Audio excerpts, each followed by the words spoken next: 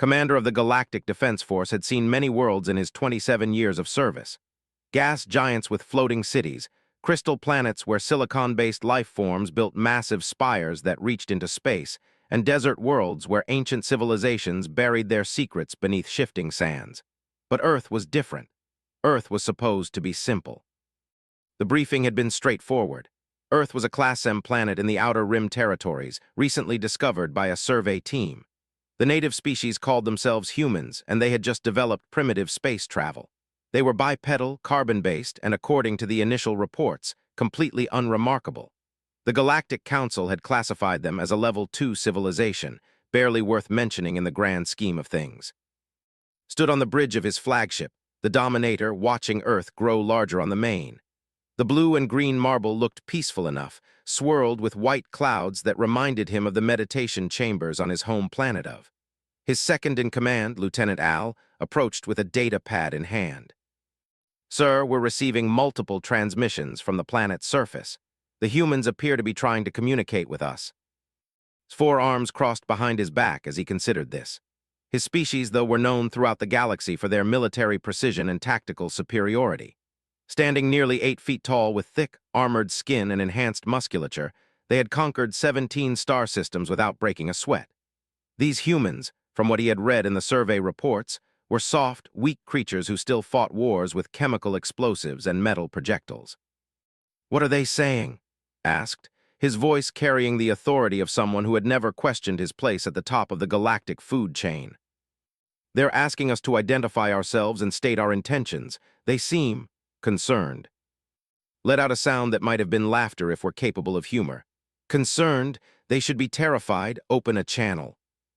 The main screen flickered, and suddenly found himself looking at a room full of humans.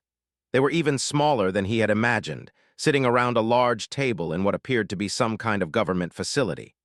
The humans looked nervous, which was exactly what expected from an inferior species when confronted with the might of the Galactic Defense Force. A human with gray hair and wearing what appeared to be formal clothing stepped forward. "This is Secretary General Martinez of the United Nations. We welcome you to our solar system, but we must ask what brings you to Earth." Studied the human leader. So small, so fragile. The Secretary General probably weighed less than one of his arms. "I am commander of the Galactic Defense Force. Your planet has been selected for integration into the Galactic Council. You will submit to our authority and provide whatever resources we require." The humans began talking among themselves in hushed tones. Could see the fear in their eyes, which pleased him. This was how first contact should go, with the superior species establishing dominance immediately. "Commander," Secretary General Martinez said carefully, "we appreciate your invitation to join the galactic community. However, Earth is a sovereign world. We would prefer to discuss terms for voluntary cooperation rather than submission." This time did laugh, a harsh sound that echoed through the bridge of his ship. "You think you have a choice in this matter? Your primitive weapons cannot harm our shields. Your fastest ships move at a fraction of light speed. You have no defense against our technology." "Perhaps," Martinez replied, "but we would still like to try diplomacy first. Would you be willing to send a representative to Earth for face-to-face negotiations?"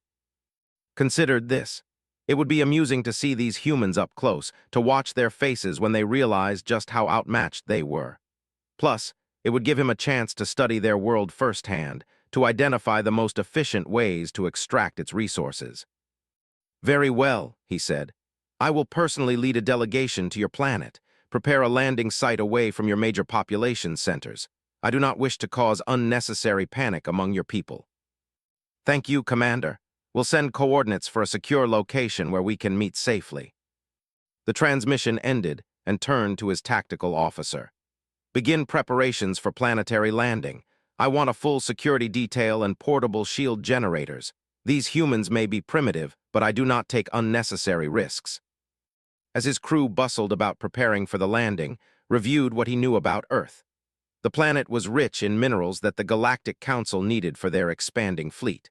The humans had managed to split the atom and had even landed on their own moon, which showed some level of technological development, but they were still centuries behind galactic standard technology. What intrigued most were the reports about Earth's diverse ecosystems. His science officer had mentioned something about large land masses covered in different climate zones, from frozen polar regions to hot deserts to vast forests. The biodiversity was apparently remarkable, with millions of different species sharing the planet. Most civilized worlds had long since eliminated such biological chaos in favor of controlled, efficient environments. The landing shuttle descended through Earth's atmosphere 6 hours later, stood in the passenger compartment with 5 of his best soldiers, each one a veteran of multiple conquest campaigns. They wore full battle armor and carried plasma rifles that could cut through most known materials. The shuttle's sensors showed no significant military presence at the landing coordinates, just a small group of humans waiting in what appeared to be a cleared area surrounded by tall plant life. "Sir," his pilot called back, "we're approaching the landing zone. The humans have marked it with some kind of primitive beacons." Looked out the shuttle's viewport and saw a wide clearing surrounded by what the humans called trees. Tall, brown-trunked plants with green leaves that swayed in the wind. It seemed like such a waste of space to him. Every square meter was utilized for either military training facilities or resource processing plants. The shuttle settled to the ground with barely a whisper of its anti-gravity engines. Checked his armor systems one final time. The suit provided enhanced strength, energy shielding, and a full sensor array that could detect threats from over a kilometer away. Against these primitive humans, it seemed like overkill, but had not survived this long by being careless. "Remember," he told his soldiers as they prepared to disembark, "we are here to demonstrate our superiority. These humans need to understand their place in the galactic hierarchy. Show them strength, but do not cause unnecessary casualties unless they prove hostile." The shuttle's ramp lowered and stepped onto Earth's surface for the first time. The gravity was lighter thence, which made him feel even more powerful than usual. The air had a strange smell to it, fresh and clean, unlike the recycled atmosphere of his ship or the industrial air of his home planet. A group of humans approached across the clearing, counted 12 of them, all wearing similar dark clothing. They moved carefully, respectfully, which was appropriate. Leading them was the same Secretary General he had spoken with earlier, looking even smaller in person than he had on the "Commander," Martinez called out when he was still several meters away. "Welcome to Earth. We're honored by your presence." Strode forward, his soldiers falling into formation behind him. Each step he took seemed to make the humans more nervous, which satisfied him. This was exactly how it should be, the strong asserting dominance over the weak. "Secretary General Martinez," replied, his voice amplified by his armor's speakers. "I trust you have considered our proposal for integration." "We have, and we've prepared some preliminary agreements that we hope will be mutually beneficial. Perhaps we could discuss them somewhere more comfortable." Was about to respond when something moved in the tree line. His armor's sensors immediately locked onto it, something large, much larger than a human, moving through the forest with surprising stealth. His tactical display showed a bipedal figure approximately 3 meters tall, covered in what appeared to be thick hair or fur. "What is that?" he demanded, pointing toward the trees. The humans followed his gaze and saw several of them exchange glances. Martinez looked uncomfortable. "Commander, that's... Well, it's complicated. We should probably discuss this inside."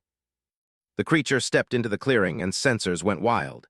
It was indeed bipedal, standing nearly 10 feet tall and covered in thick, dark brown hair. Its face was partially human-like but with pronounced brow ridges and a massive jaw. Its arms were disproportionately long, reaching almost to its knees, and its hands looked like they could crush steel. "What species is this?" demanded. "Your briefing materials made no mention of a secondary intelligent species on this planet." "That's because we're not entirely sure they exist," Martinez said quietly.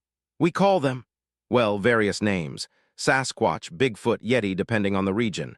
They're creatures that people claim to see but that science hasn't officially confirmed." Stared at the creature, which was now standing at the edge of the clearing, apparently studying the alien visitors with the same intensity that they were studying it. According to his sensors, the creature's bone density was nearly 3 times that of a normal human. Its muscle mass was extraordinary. This was clearly a formidable predator species.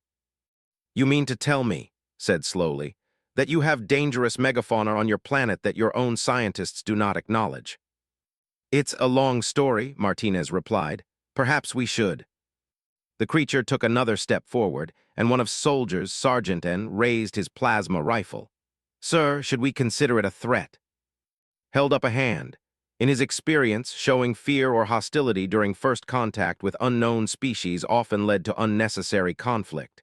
Besides, despite its impressive size, this was still just a primitive animal on a primitive planet. "Hold position. Let us see what it does." The creature, this Bigfoot, as the humans called it, continued to approach. Its movements were surprisingly graceful for something so large. Found himself impressed despite his assumptions about Earth's fauna. This creature moved like a trained warrior, each step calculated and purposeful. When it was about 20 meters away, the creature stopped and tilted its head, studying the aliens with obvious intelligence. Its eyes, noticed, were not the simple animal eyes he had expected. There was something in them that suggested complex thought processes. "Fascinating," murmured to himself. Then louder he addressed the creature directly. "Can you understand me?" The creature's head tilted further, and it took another step forward. Martinez moved to stand beside, looking nervous. "Commander, they don't usually approach humans so boldly. Something about your presence might be attracting its attention." Felt a surge of pride.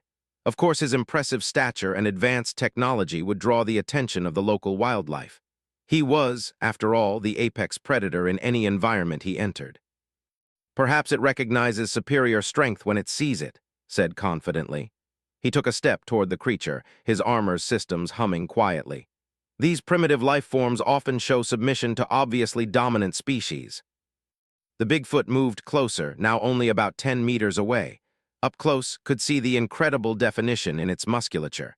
This creature was built like a living tank, all dense muscle and thick bone. For a primitive Earth animal, it was actually quite impressive. "Sir," Sergeant said quietly through the comm system, "I'm reading unusual energy patterns from the creature. Its bioelectric field is strange." Waved off the concern.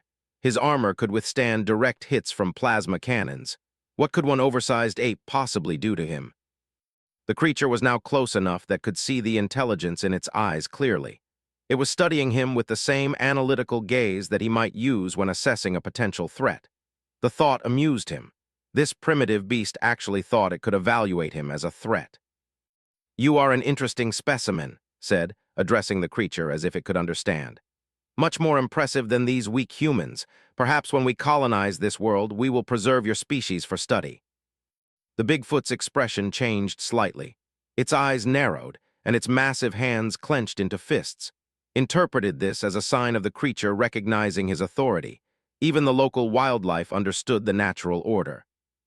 Without really thinking about it, reached out with one armored hand and gave the creature what he intended as a dismissive pat on the shoulder, the kind of gesture a superior being might make to a lesser one.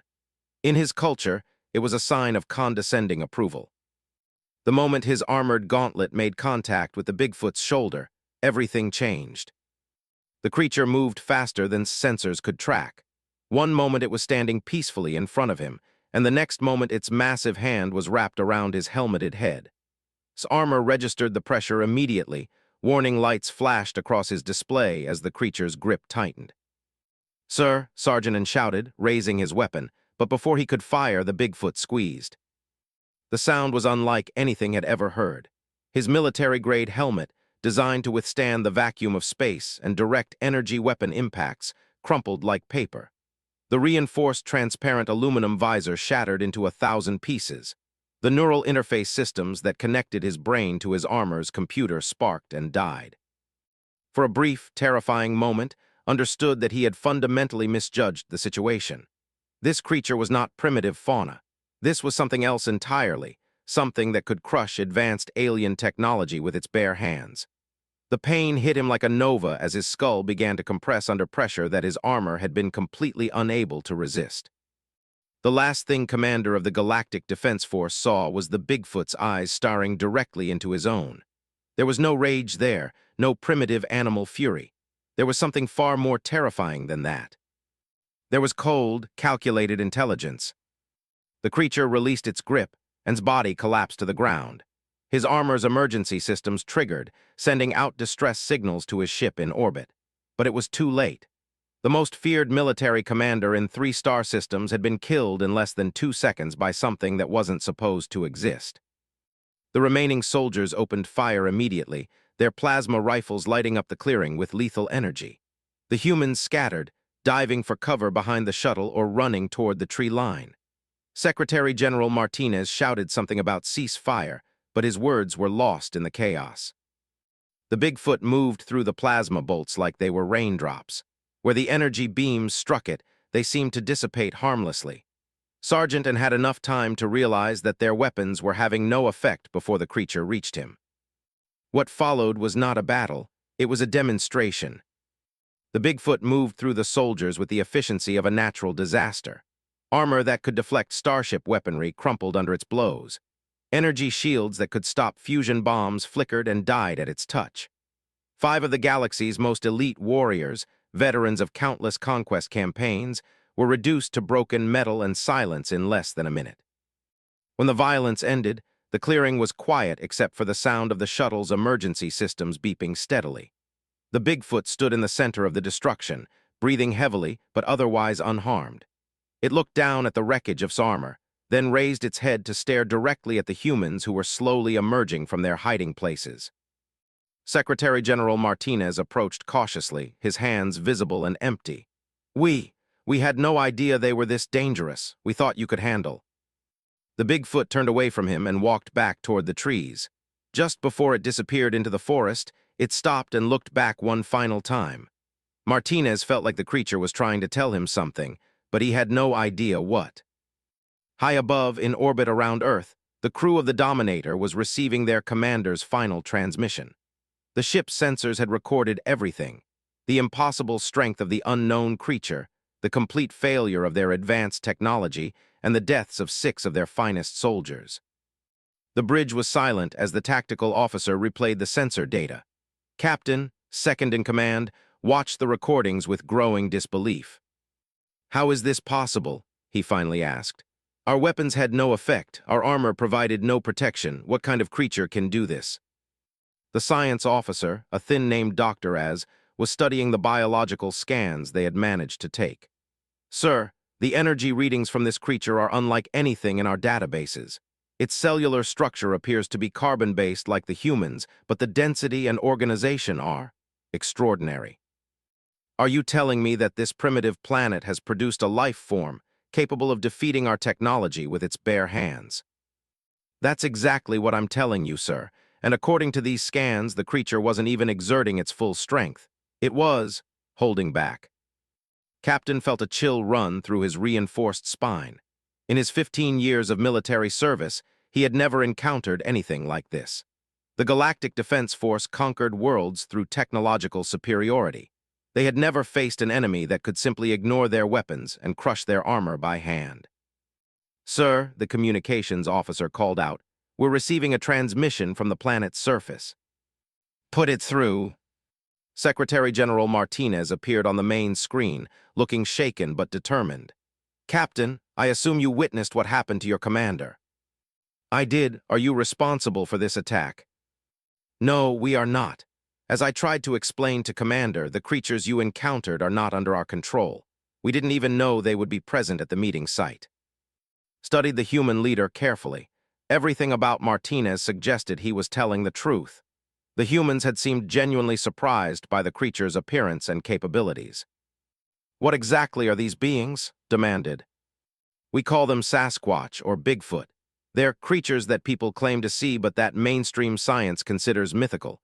We've never had contact with them before today." "And you never thought to mention their existence in your communications with us?" Martinez spread his hands helplessly. "How could we mention something we weren't sure existed? Most of our scientists believe they're just folklore, animals, or hoaxes. We had no idea they were real, much less capable of what you just witnessed." Was beginning to understand the scope of the problem. Earth appeared to have hidden biological weapons that even its own inhabitants didn't fully understand. Creatures capable of destroying advanced military technology with primitive physical force. "How many of these creatures exist on your world?" "We don't know, have been reported on most continents, but they're rare and usually dismissed as unreliable. We've never had any official contact with them until today." Doctor approached Captain with a data pad in hand. "Sir, I've been analyzing the environmental scans of Earth. This planet shows unusual patterns of biodiversity and adaptation. It's possible that evolution here has taken some very unexpected paths. Nodded grimly. Prepare a message for Galactic Command. Inform them that the Earth integration mission has encountered complications. Request guidance on how to proceed. As his communications officer began composing the message, found himself starring Admiral Hun of the Galactic Defense Force had conquered 47 star systems during his military career. He had overseen the integration of entire civilizations, commanded fleets numbering in the thousands, and personally executed the surrender ceremonies of over 100 species. When the emergency transmission from Earth reached his flagship 3 days later, he read it twice before believing what it said. A single creature had killed Commander and 5 elite soldiers with its bare hands. Their plasma weapons had been ineffective. Their advanced armor had been crushed like empty containers. And according to the surviving crew's sensor readings, the creature had accomplished all of this without even appearing to strain itself. Admiral Hun stood in his private quarters aboard the Infinity, staring out at the stars and trying to process this information. In his 60 years of life, he had never encountered a military situation quite like this. The Galactic Defense Force's entire strategy was built on technological superiority. They conquered primitive worlds by demonstrating their advanced weapons and defensive capabilities. When faced with overwhelming firepower, most species chose submission over extinction. But what did you do when your overwhelming firepower simply didn't work? His aide, Colonel, entered the quarters carrying a secure data tablet. Sir, we've received additional intelligence reports from the Earth surveillance team. Hun turned away from the viewing port. What have they discovered? The situation is more complex than we initially understood, Admiral.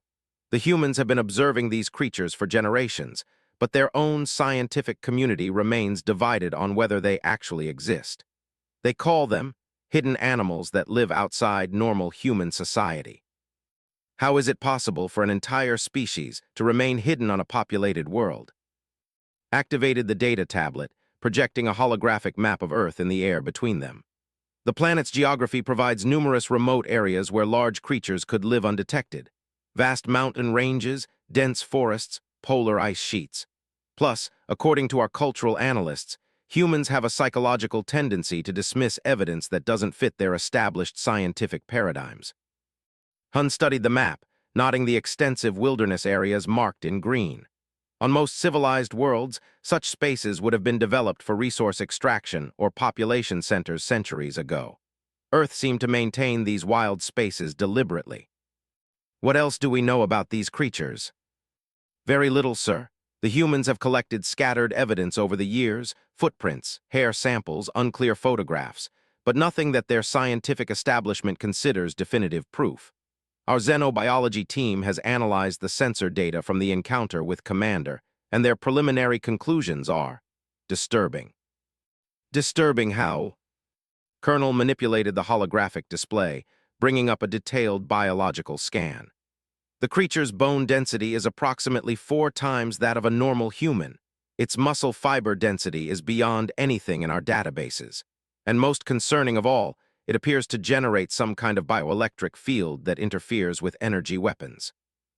Admiral Hun had dealt with energy-resistant species before, but they usually achieved this through sophisticated technology or unique mineral compositions in their physiology.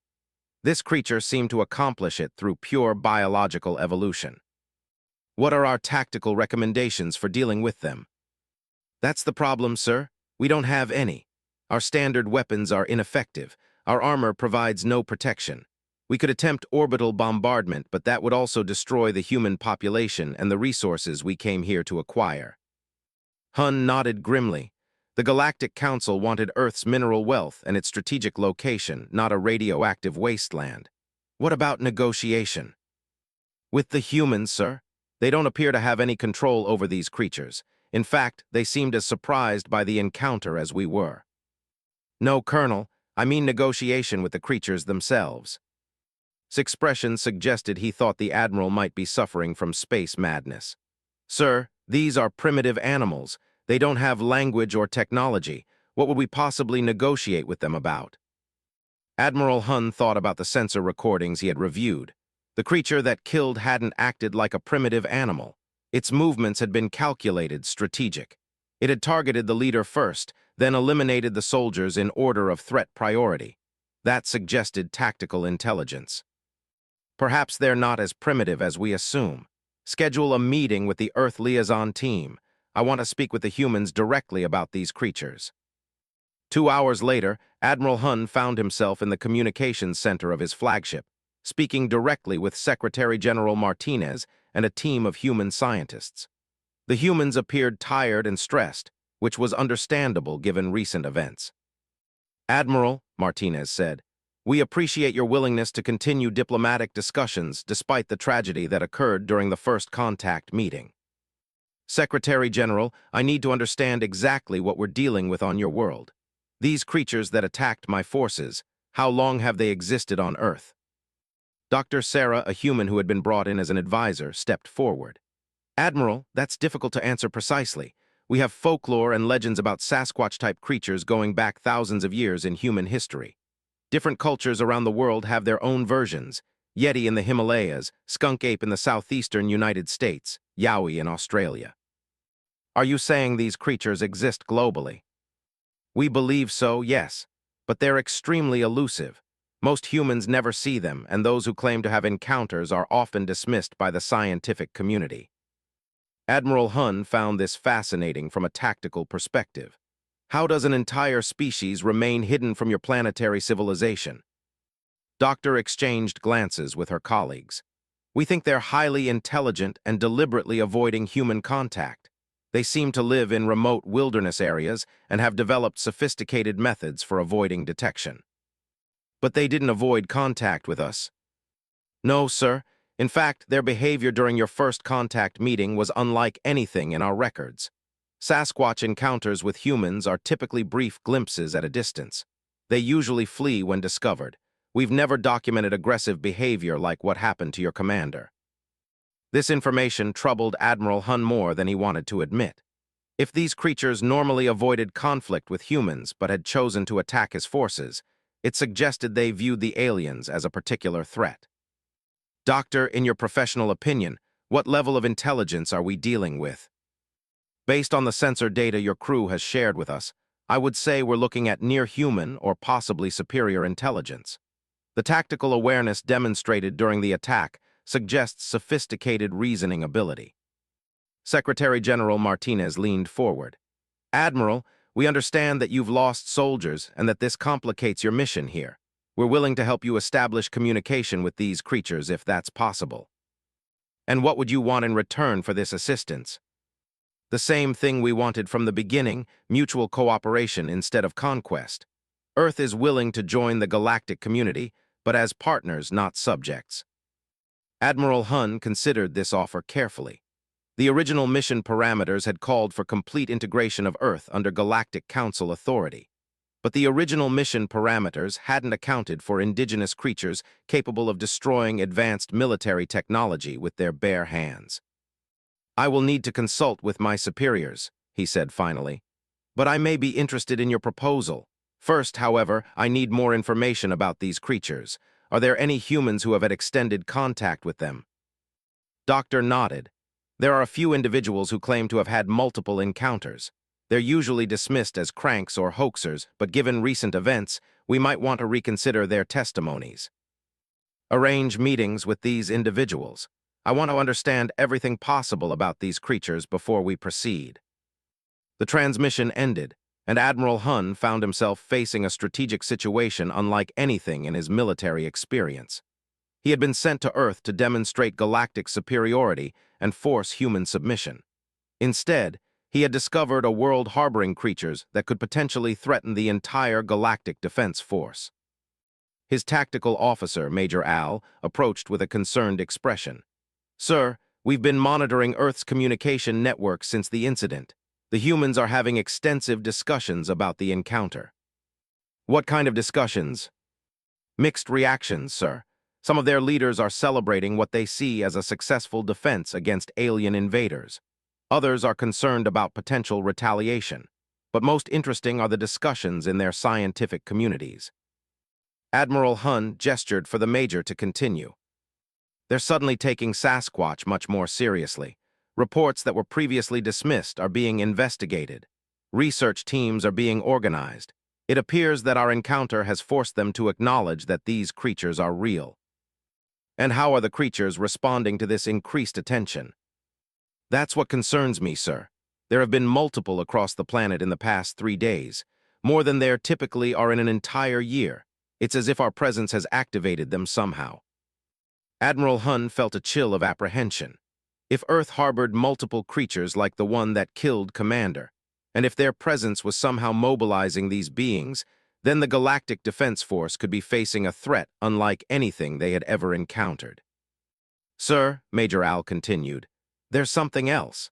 Our long-range sensors have detected unusual energy readings from several locations on Earth's surface. The readings are similar to what we detected from the creature that attacked our landing party. How many locations? At least 20, sir, and the energy signatures are growing stronger. Admiral Hun walked to the tactical display and called up a real-time scan of Earth. The planet appeared peaceful from orbit, but the sensor data told a different story. Energy signatures were appearing across multiple continents, each one representing what might be another creature like the one that had effortlessly killed his soldiers. Recommendations, Major. Sir, I believe we should withdraw from Earth immediately and report to Galactic Command that this world is too dangerous for standard integration procedures. And abandon our mission. Sir, with respect, our mission was to integrate a primitive world with minimal resistance. Earth appears to have biological weapons that can neutralize our technological advantages. Continuing this mission could result in significant losses. Admiral Hun understood his officers' concerns, but he also understood the implications of retreat. The Galactic Council would want explanations for why one of their most elite commanders had been killed by creatures that didn't officially exist. They would want to know how a primitive planet had managed to resist integration. More importantly, Admiral Hun was beginning to suspect that Earth represented something unprecedented in galactic history. A world where evolution had produced creatures capable of matching or exceeding galactic technology through pure biological development. The scientific implications were staggering. Major, begin preparations for an extended observation mission. I want sensors monitoring every one of those energy signatures. Deploy stealth probes to study these creatures from a safe distance. Sir, wouldn't it be safer to conduct this research from outside the Earth system? Perhaps, but it would also be less effective. These creatures have demonstrated capabilities that could revolutionize our understanding of biology and evolution. We need to study them. And if they perceive our continued presence as a threat. Admiral Hun thought about the sensor recordings again. The creature had killed Commander quickly and efficiently, but it had not pursued the fleeing humans or attempted to attack the shuttle. It had eliminated the immediate threat and then withdrawn. That suggested restraint and strategic thinking. Then we will have to convince them that we are not a threat. 3 days later, Dr. James sat in a small conference room aboard one of the Galactic Defense Force's auxiliary vessels, trying not to stare at the aliens across the table from him. As a cryptozoologist who had spent 20 years studying Bigfoot in the Pacific Northwest, he had never imagined he would one day be briefing extraterrestrials about his research. Admiral Hun studied the human scientist with interest, was older than the other humans he had met, with graying hair and weathered features that suggested he spent significant time outdoors. Unlike the government officials and university researchers, seemed completely comfortable discussing creatures that officially didn't exist. Doctor, the Admiral began, I understand you have had multiple encounters with the creatures your people call Sasquatch. 17 documented encounters over the past 20 years, confirmed. Most of the scientific community considers my work pseudoscience, but recent events suggest they might want to reconsider their position. Tell me about these encounters. Were the creatures ever aggressive? Shook his head. Never. In every case, they seemed to go out of their way to avoid direct confrontation. Usually, I would just catch glimpses of them moving through the forest. A few times, I found evidence of their presence, footprints, broken branches, unusual arrangements of stones that seemed deliberate. But no direct communication. Not verbal communication, no, but there was definitely intelligence behind their actions. They would sometimes leave items where I was sure to find them, interesting rocks, carved pieces of wood, bundles of specific plants. It felt like they were trying to tell me something. Admiral Hun leaned forward with interest. What kind of items? Well, the rocks were always unusual, different types of minerals, sometimes arranged in geometric patterns. The wood carvings were abstract but clearly deliberate, and the plant bundles usually contained medicinal herbs that most humans wouldn't recognize. Dr. Sarah, who was also present at the meeting, pulled up a holographic display. Doctor has provided samples of these items. Our analysis shows that some of the minerals are rare earth elements that require sophisticated geological knowledge to locate. The plant combinations demonstrate understanding of advanced botany. Are you suggesting these creatures have scientific knowledge? I'm suggesting they understand their environment at a level that surpasses most human scientists, replied. They know where to find specific minerals, which plants have particular properties, and how to modify their environment without leaving obvious traces. Admiral Hun absorbed this information. Everything he was learning suggested that these creatures were far more sophisticated than anyone had initially realized.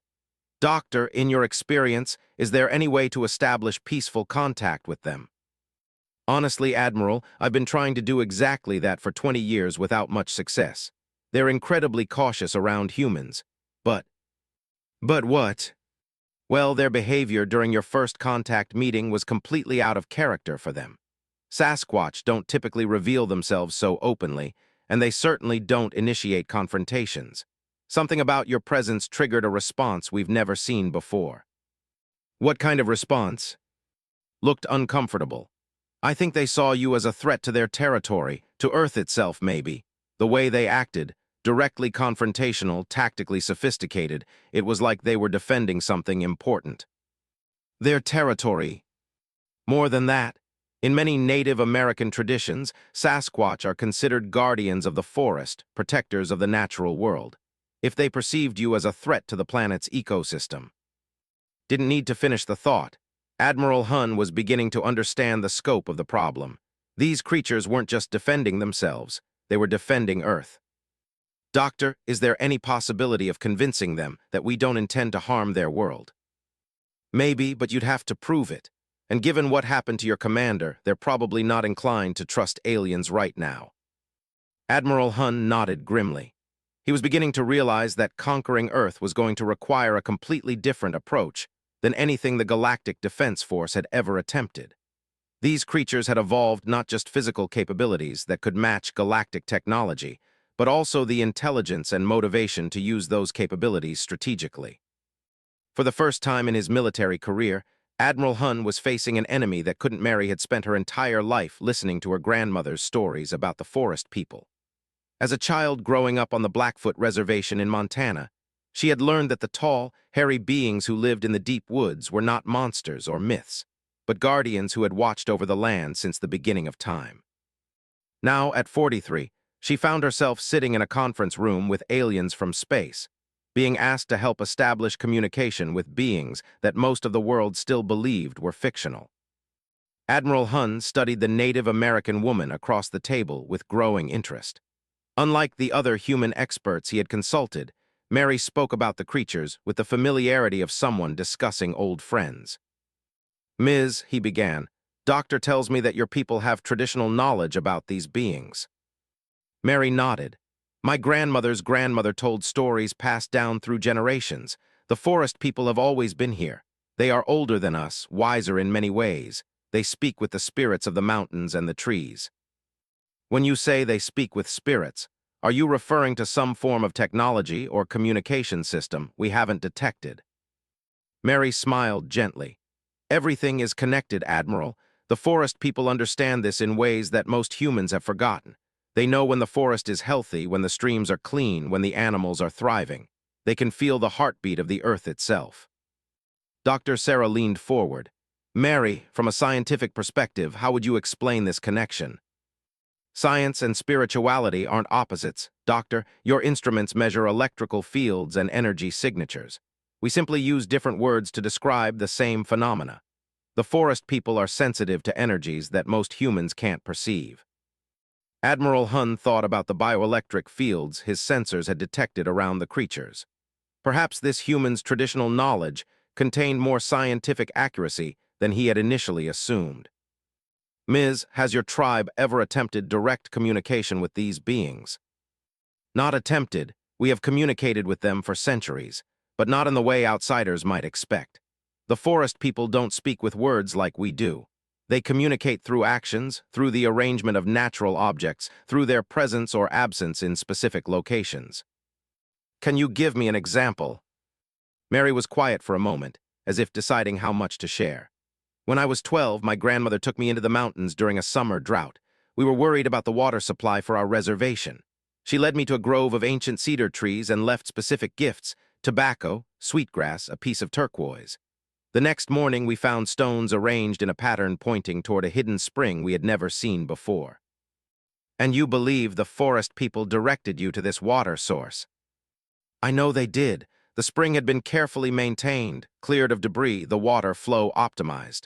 Someone had been taking care of it for generations, waiting for the time when we would need it. Admiral Hun exchanged glances with his scientific advisors.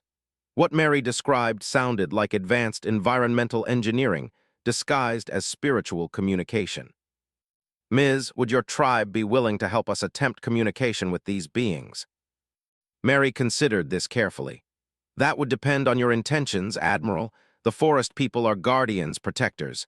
If they see you as a threat to the Earth, no amount of communication will help you. And how do we prove that we're not a threat?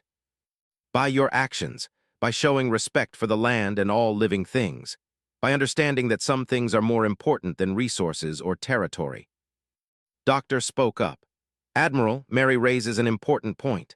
In every culture that has legends about these creatures, they're consistently described as guardians of nature.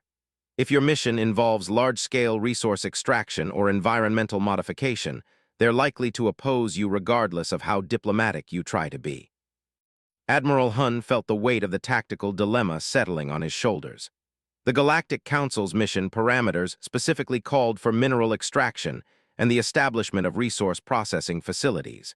From the perspective of these guardian creatures, the aliens would appear to be exactly the kind of threat they were evolved to resist.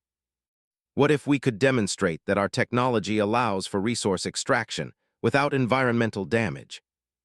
Mary shook her head. It's not just about damage, Admiral, it's about respect. The Earth isn't just a collection of resources to be managed. It's a living entity with its own consciousness and rights. The forest people understand this. The question is whether you can understand it too. The Admiral's aide, Colonel, leaned over to whisper, "Sir, this is beginning to sound like we're negotiating with a planet-wide environmental protection agency." Admiral Hun realized that his aide wasn't entirely wrong. Earth appeared to have evolved natural guardians capable of enforcing ecological protection through overwhelming physical force. From a military perspective, it was a fascinating defensive strategy. Ms., if we were to modify our mission parameters to focus on cooperation rather than resource extraction, would that be something the forest people might accept? I don't know, Admiral. The trust you broke when your soldier struck one of them will take time to rebuild. But my grandmother taught me that all beings can change, can choose a better path. The question is whether you're truly willing to change. What would such a change require? Mary stood and walked to the conference room's viewport, looking down at Earth spinning slowly below. It would require seeing Earth not as a collection of resources, but as a living world deserving of respect. It would require understanding that strength isn't just about weapons and technology, but about wisdom and harmony. And you believe these forest people embody this wisdom? I know they do. They've survived on Earth for thousands of years without destroying their environment or each other. They've developed abilities that your technology can't match, but they use those abilities only to protect and preserve. That's real strength, Admiral. The meeting concluded with Admiral Hun agreeing to allow Mary to attempt establishing communication with the forest people.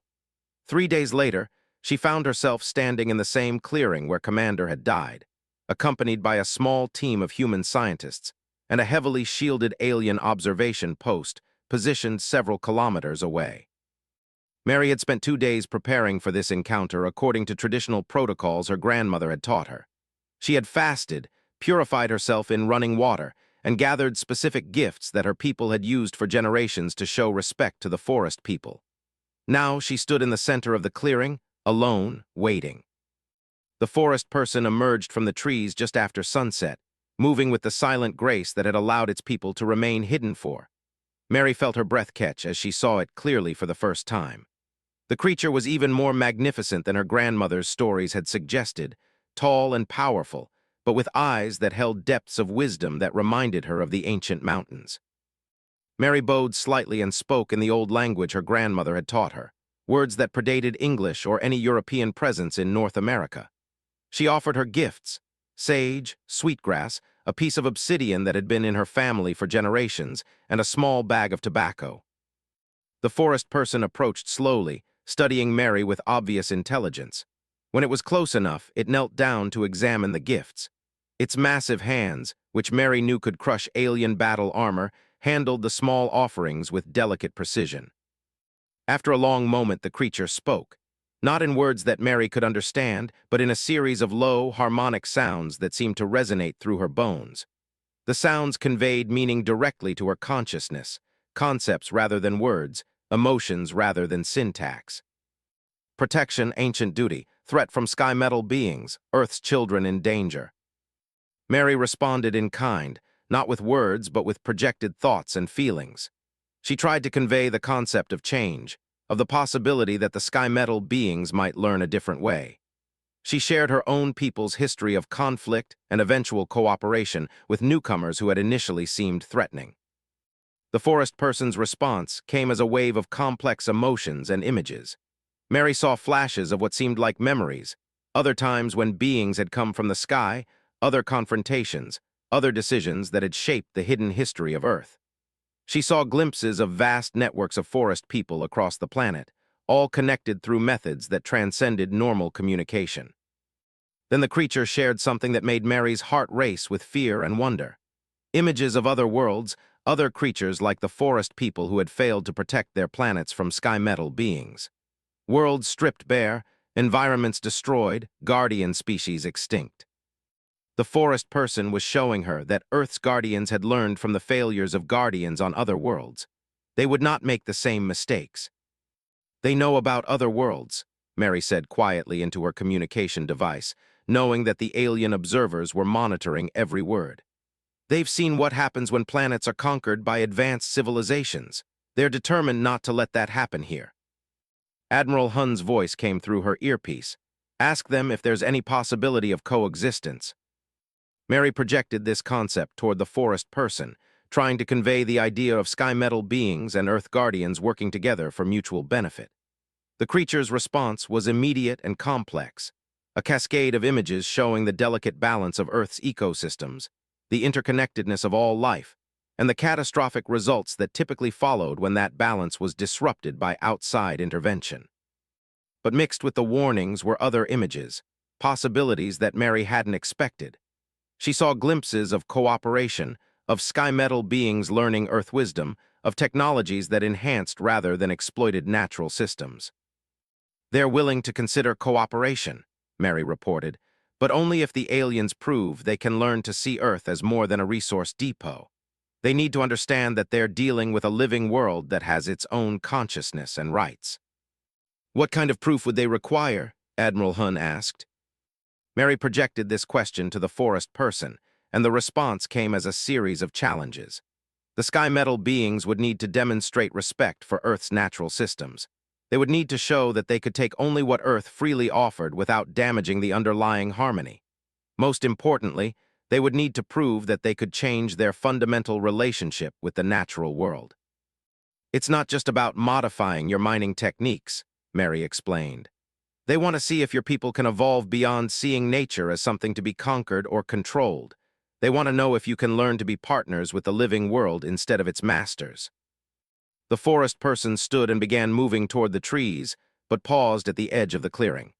It turned back toward Mary and projected one final concept: a sense of time running out, of decisions that needed to be made quickly, and of consequences that would affect not just Earth but potentially the entire galaxy.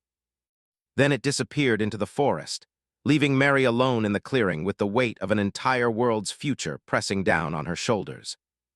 "Admiral," she said into her communicator, "they're giving you a chance, but it's probably the only one you're going to get. and based on what they've shown me, the stakes are much higher than anyone realizes. What do you mean? Earth isn't the first world they've tried to protect, Admiral. They've been around much longer than we thought, and they've learned from their failures. If they decide that cooperation isn't possible, I think they're prepared to do whatever it takes to defend this planet, even if that means war with your entire galactic civilization. Admiral Hun sat in stunned silence as the implications of Mary's words sank in. Earth's guardians weren't just powerful, they were experienced. They had fought this battle before on other worlds against other galactic civilizations, and apparently they had learned from their defeats. The question now was whether the Galactic Defense Force could learn fast enough to avoid making the same mistakes that had doomed other conquerors who had underestimated Earth's hidden guardians. In orbit above Earth, long-range sensors detected something that made Admiral Hun's blood run cold. Energy signatures were appearing across the galaxy, signatures identical to the ones they had detected from Earth's forest people. The creatures weren't just planetary guardians. They were part of something much larger, something that spanned multiple star systems. Earth wasn't just defended by powerful creatures. It was defended by a galactic network of Supreme Chancellor of the Galactic Council had ruled over 47 star systems for the past 32 years. In her office aboard the massive space station that served as the Council's headquarters, she stared at Admiral Hun's latest report with growing disbelief. According to the Admiral's data, Earth was not just home to powerful creatures capable of destroying advanced military technology.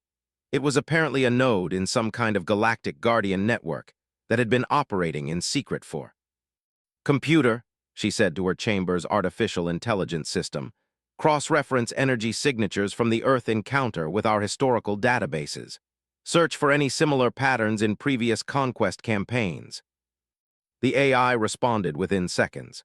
"Supreme Chancellor, significant correlations found.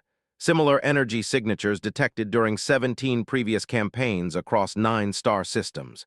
In each case, the signatures were dismissed as unexplained natural phenomena." Chancellor felt a chill run through her armored spine. What were the outcomes of those campaigns? "Mixed results, Chancellor. 11 campaigns resulted in successful integration after experiencing unusual equipment failures and personnel losses attributed to environmental hazards. 6 campaigns were abandoned due to excessive casualties from unknown causes." Define environmental hazards. Reports describe encounters with unidentified megafauna possessing extraordinary strength and apparent immunity to standard weapons. In most cases, these creatures were assumed to be unique evolutionary adaptations to local conditions. The Chancellor realized that the Galactic Council had been encountering Earth's guardian network for decades without recognizing it. What they had interpreted as random resistance from local wildlife had actually been organized opposition from a sophisticated defense network spanning multiple worlds. "Computer, are any of these guardian signatures currently active?" Affirmative. Long-range sensors are detecting activation of previously dormant energy signatures on 14 worlds currently under Council jurisdiction. Energy levels are increasing across all monitored locations. Supreme Chancellor stood and walked to the massive viewing port that dominated one wall of her office. Outside, the stars that had once represented the expanding borders of galactic civilization now seemed like potential battlefields, where an ancient enemy had been patiently waiting for the right moment to reveal itself. Her communications officer's voice interrupted her thoughts. "Chancellor, we're receiving a priority transmission from Admiral Hun at Earth." "Put him through." Admiral Hun's image appeared on the main display, and the Chancellor could see the strain in his features. "Supreme Chancellor, the situation here has evolved significantly. We've established limited communication with the Earth Guardians, and what we've learned has implications for the entire Council." "Explain." "These creatures are part of a galactic network that has been monitoring and occasionally interfering with our expansion for centuries. They call themselves the Ancient Guardians, and according to our human liaison, they've been protecting worlds from what they consider destructive galactic civilizations since before our recorded history began." Chancellor absorbed this information with the calculated calm that had made her an effective leader. "Are you telling me that we've been at war for centuries without knowing it?" "Not war exactly, Chancellor. More like containment. They've been limiting our expansion by making certain worlds too costly to integrate, but they've done it subtly enough that we interpreted it as natural resistance rather than organized opposition. And now they're revealing themselves because they believe we've reached a tipping point.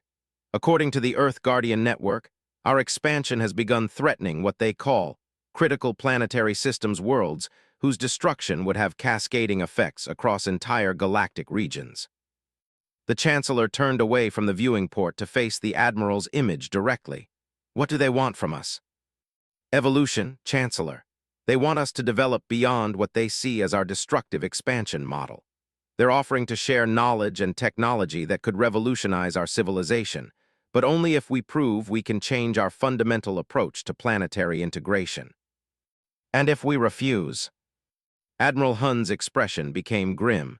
Then they'll defend every world we try to conquer with the full force of a network that spans half the galaxy. Chancellor, I've seen what a single Guardian can do to our best soldiers and equipment, if they coordinate a resistance movement across multiple systems. We would face the first serious military challenge in Council history. It would be more than a challenge, Chancellor. It could be the end of galactic expansion as we know it. Supreme Chancellor ended the transmission and called an emergency session of the Galactic Council. Within 6 hours, representatives from all 47 member systems had gathered in the council chambers, their various forms of alien physiology creating a diverse array of colors, shapes, and sizes around the massive circular table. Fellow councilors, the Chancellor began, we face a crisis that threatens the foundation of our civilization. For centuries, we have expanded our territory through technological superiority and military strength.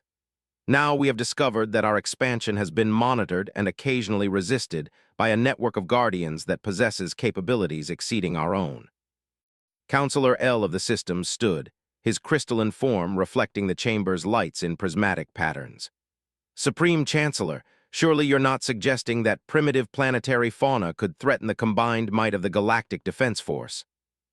I'm suggesting that what we thought was primitive planetary fauna is actually an advanced Guardian network that has been allowing us to expand only as long as we didn't threaten critical planetary systems. Now that we have reached that threshold, they are prepared to openly oppose us.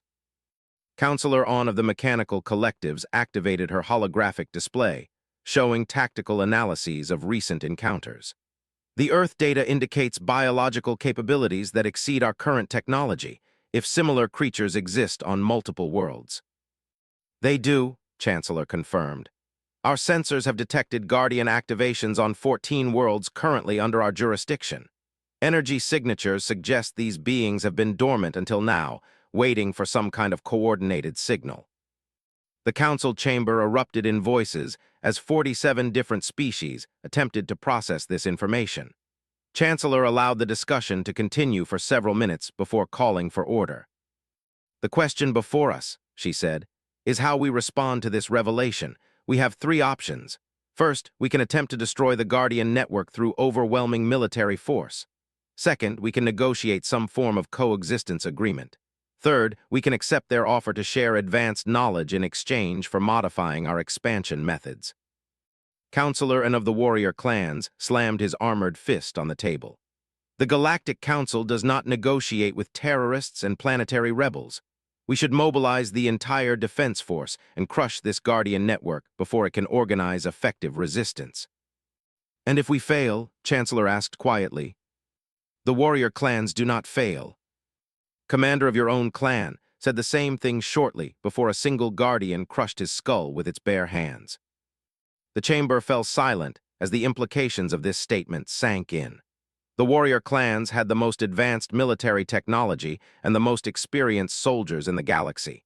If they could be defeated by creatures fighting with primitive physical force, what hope did conventional military responses offer? Counselor of the Science Collective spoke next. Supreme Chancellor, what kind of knowledge are these Guardians offering to share? According to Admiral Hunn's preliminary discussions, they possess understanding of biological enhancement, environmental harmony, and energy manipulation that surpasses our current science by potentially thousands of years. They've developed methods for resource extraction that actually improve planetary ecosystems rather than depleting them. And in exchange, we would need to demonstrate that we can evolve beyond our current model of conquest and exploitation. We would need to prove that we can become partners with the worlds we encounter rather than their masters. Counselor of the Economic Syndicate activated his financial analysis programs. Supreme Chancellor, our entire economic system is built on resource extraction and territorial expansion. The changes these guardians are demanding would require restructuring galactic civilization from the ground up. The alternative may be the complete collapse of galactic civilization, if we find ourselves at war with beings who can crush our most advanced technology with their hands. The debate continued for 14 hours. Species that had been allies for centuries found themselves divided over fundamental questions about the nature of civilization and progress. The warrior clans and several military-focused systems favored attempting to destroy the Guardian network. The science collective and exploration-oriented systems were intrigued by the possibility of accessing advanced knowledge. The Economic Syndicate was concerned about the financial implications of abandoning resource-based expansion. Finally, Supreme Chancellor called for a preliminary vote on how to proceed. The result was as divided as the debate had been. 16 systems favored military action, 15 preferred negotiation, and 16 remained undecided. Given this division, the Chancellor announced, I am authorizing a trial program. Admiral Hun will be given permission to negotiate a limited cooperation agreement with the Earth Guardians. We will test their claims about advanced knowledge and modified resource extraction on a small scale. Based on the results, we will determine our long-term strategy. As the council session ended and representatives began returning to their home systems, Chancellor remained in the chamber, staring at the star map that dominated the chamber's central display. Each point of light represented a world under council jurisdiction, and now she knew that many of those worlds harbored guardians who had been watching and waiting. For the first time in her political career, Supreme Chancellor found herself wondering if galactic civilization was about to face its greatest challenge, not from external enemies or natural disasters, but from the consequences of its own success. The Galactic Council had expanded across the stars by conquering worlds and exploiting resources. Now they were being offered a chance to learn a different way of existing in the galaxy. The question was whether a civilization built on conquest could learn to choose cooperation instead. On Earth, Admiral Hun received authorization for the trial program with mixed feelings. The next phase would require his forces to work directly with the Guardians, learning their methods and proving that galactic civilization could change its fundamental approach to planetary relationships. The Admiral had spent his career conquering worlds through superior firepower. Now he was being asked to prove that his people could learn to be worthy partners with beings who could crush their most advanced technology with their bare hands. 6 months after the first encounter between Commander and the Forest Guardian, Earth had become the center of the most important experiment in galactic history. Admiral Hun stood in a modified research facility built into the mountainous terrain of British Columbia, watching as his scientists worked alongside human researchers, and incredibly, the ancient Guardians themselves. The facility was unlike anything the Galactic Defense Force had ever constructed. Instead of the sterile metal and artificial environments typical of their installations, this complex was integrated into the natural landscape. Living walls of modified vegetation served as both structure and air purification system. Streams ran through the facility, providing cooling and connecting it to the broader ecosystem. Power came from a fusion of galactic technology and what the Guardians called Earth-song energy drawn directly from the planet's electromagnetic field. Dr. Sarah emerged from one of the biolaboratories, her face showing the exhaustion and excitement that had become common among the research team. Admiral, you need to see this. The Guardians have shared something that's going to revolutionize our understanding of physics. Admiral Hun followed her into the laboratory, where a Guardian known as Stonewalker was working with a team of galactic scientists. The creature stood nearly 11 feet tall, its form even more imposing than the first Guardian they had encountered. But over the months, the Admiral had learned that Stonewalker possessed knowledge of quantum mechanics and biological engineering that made him one of the most valuable research partners in galactic history. Show him the mineral sample analysis, Doctor said to the lead researcher, a scientist named Dr. Az. Dr. Az activated a holographic display showing the molecular structure of various Earth minerals. Admiral, the Guardians have shown us how to extract trace elements from common stone without damaging the surrounding rock matrix. The efficiency rate is 847% higher than our current methods, and it actually strengthens the remaining mineral structure. How is that possible? Stonewalker approached the display, moving with the careful grace that all the Guardians seemed to possess. When he spoke, his voice resonated through the Admiral's bones, conveying meaning beyond simple words. Your people take by breaking, the Guardian said, using the halting galactic standard he had learned over recent months. We take by asking. Stone gives freely when approached with respect. Doctor has pulled up another display showing energy readings. Admiral, they're not just extracting minerals through mechanical or chemical processes. They're somehow communicating with the quantum structure of matter itself. Their biological systems can interface with atomic bonds in ways that our technology can't replicate. Admiral Hun studied the data with growing amazement. If the Guardians' methods could be understood and adapted, it would eliminate the environmental destruction that typically accompanied galactic mining operations. Entire worlds could be mined for resources while actually improving their ecological stability. What about the other projects? He asked. Doctor led him to another section of the facility where teams were working on atmospheric processing. The Guardians have taught us how to accelerate plant growth without genetic modification or chemical enhancement. They've shown us how to purify water using biological filters that actually add beneficial minerals rather than simply removing contaminants, and their understanding of ecosystem management. She gestured toward a massive holographic model of Earth's atmosphere showing air currents, weather patterns, and chemical compositions in real time. They can predict weather patterns 6 months in advance with 94% accuracy. They understand climate systems at a level that makes our best models look like children's toys. Admiral walked through the facility, observing projects that would have seemed impossible 6 months ago. Galactic engineers worked side by side with Guardians to develop energy systems that enhanced rather than depleted planetary resources.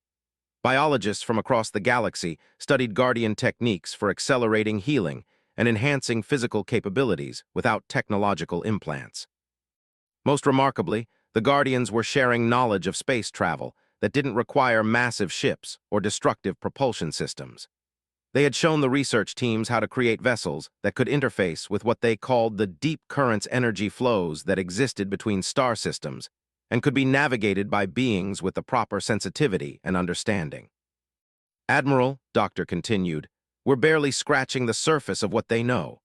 They've implied that they have methods for faster-than-light communication, for healing injuries that our medicine considers permanent, and for extending far beyond what we thought possible for organic beings.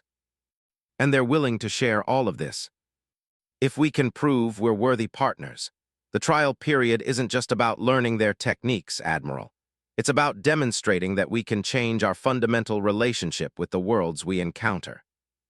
Admiral Hun nodded grimly. He understood the weight of the test they were facing. The Galactic Council was watching the Earth experiment closely, and the results would determine whether civilization chose cooperation or war with the Guardian network. His personal communicator chimed with an incoming transmission from Supreme Chancellor.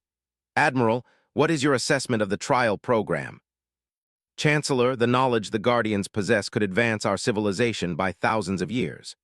Their methods for resource extraction, environmental management, and even space travel are so far beyond our current capabilities that we're essentially starting from zero. And their demands for proof of our evolution. Admiral Hun looked around the facility where beings from dozens of species were working together in ways he had never seen before. They're not demanding that we abandon our technology or return to primitive lifestyles, Chancellor. They want us to develop wisdom to match our capabilities. They want us to understand that true strength comes from harmony rather than dominance. Can this approach be scaled up to galactic civilization? I believe it can, but it will require fundamental changes in how we approach expansion and resource management. We would need to see ourselves as partners with the worlds we encounter rather than their conquerors. The transmission ended, and Admiral Hun returned to observing the work being done throughout the facility. Over the past 6 months, he had watched his own soldiers and scientists change in ways that he would have thought impossible. Beings trained for conquest were learning cooperation. Scientists focused on technological solutions were discovering the wisdom inherent in biological systems. Most remarkably, he had seen the Guardians themselves evolve. Initially suspicious and protective, they had gradually opened up as they observed the aliens' genuine efforts to learn and change. Stonewalker had explained that this was the first time in thousands of years that a technological civilization had shown the willingness to abandon conquest in favor of partnership. Admiral, Stonewalker approached, his massive form somehow managing to move silently across the facility's living floors. The Council of Guardians has made a decision. Admiral Hun felt his heart skip a beat. The Guardian Council was a mysterious organization that apparently spanned multiple star systems. Their decision would determine whether the trial program continued or whether the galaxy faced war with beings capable of crushing advanced technology with their bare hands. What have they decided? Your people show promise, Stonewalker said carefully.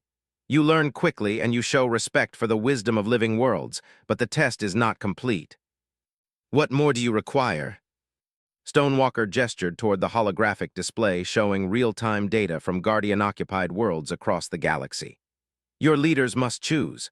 Will galactic civilization change its path voluntarily, or will change be forced upon it through resistance? What kind of resistance? If the Galactic Council chooses war, every Guardian world will defend itself with full strength. Your expansion will end, your ships will be turned back, and your colonies will be required to learn harmony or be abandoned. Admiral Hun realized that the Guardians were offering the galaxy a choice between evolution and collapse. The network that had been secretly limiting galactic expansion for centuries was prepared to openly resist any civilization that refused to develop beyond conquest and exploitation. And if the Council chooses cooperation, then the Guardians will share knowledge that will transform your people into something greater than they have ever been. You will learn to travel between stars without destroying space itself. You will learn to enhance your bodies and minds without losing your essential nature. You will learn to be partners with the living galaxy rather than its parasites. The weight of this choice settled on Admiral Hun's shoulders. In his military career, he had been responsible for tactical decisions that affected individual battles or campaigns. Now he was helping to determine the future of galactic civilization itself. How long do we have to decide? The Council meets in 3 rotations of your home world. They will vote on whether to continue expansion under current methods or accept Guardian partnership. The Guardians will respond according to their choice. Admiral Hun spent the next 72 hours preparing the most important report of his career. The data he had gathered during the trial program would determine whether the galaxy chose evolution or war, cooperation or resistance, wisdom or collapse. As he worked on the final sections of his report, Admiral Hun reflected on the changes he had seen in himself over the past 6 months. He had begun this mission as a conqueror, confident in the superiority of galactic technology and military might. He was ending it as something different, a student who had learned that true. It would be the greatest military challenge of his career, and success would be measured not by victory in battle, but by the ability to transform an entire civilization's relationship with the natural world. The fate of the galaxy now rested on whether creatures of metal and technology could learn wisdom from creatures of flesh and earth. And time was running out to prove that such transformation was possible. That had been waiting for the right moment to reveal themselves, and that moment, it seemed, had finally arrived. Be defeated through superior firepower, and somehow he was going to have to figure out how to turn them into allies. At the blue and green world that had just killed his commanding officer, Earth had seemed so simple, so primitive. Now he was beginning to wonder what other secrets this planet might be hiding.